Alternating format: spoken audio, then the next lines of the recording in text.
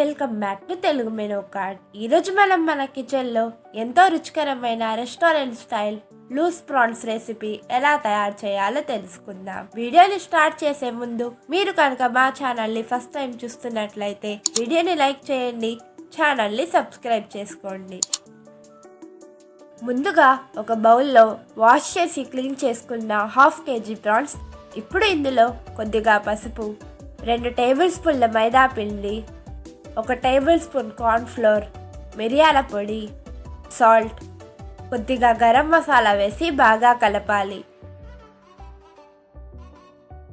ఇప్పుడు ఇందులో కొద్దిగా వాటర్ వేసి బాగా కలిపి అరగంట సేపు మ్యారినేట్ చేసుకోవాలి.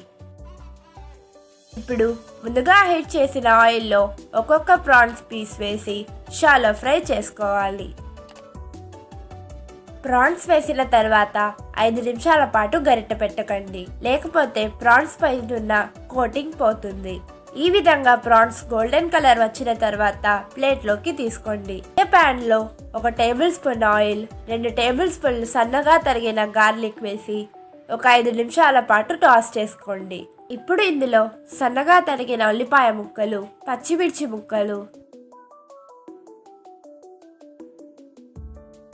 కొద్దిగా కరివేపాకు వేసి ముందుగా ఫ్రై చేసుకున్న ప్రాన్స్ వేసుకొని బాగా ఫ్రై చేయాలి.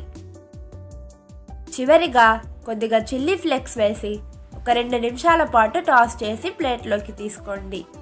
అంతే, ఎంతో రుచికరంగా ఉండే restaurant style loose prawns ready అయిపోతాయి. మీకు కనుక ఈ వీడియో నచ్చినట్లయితే లైక్ చేయండి, షేర్ చేయండి.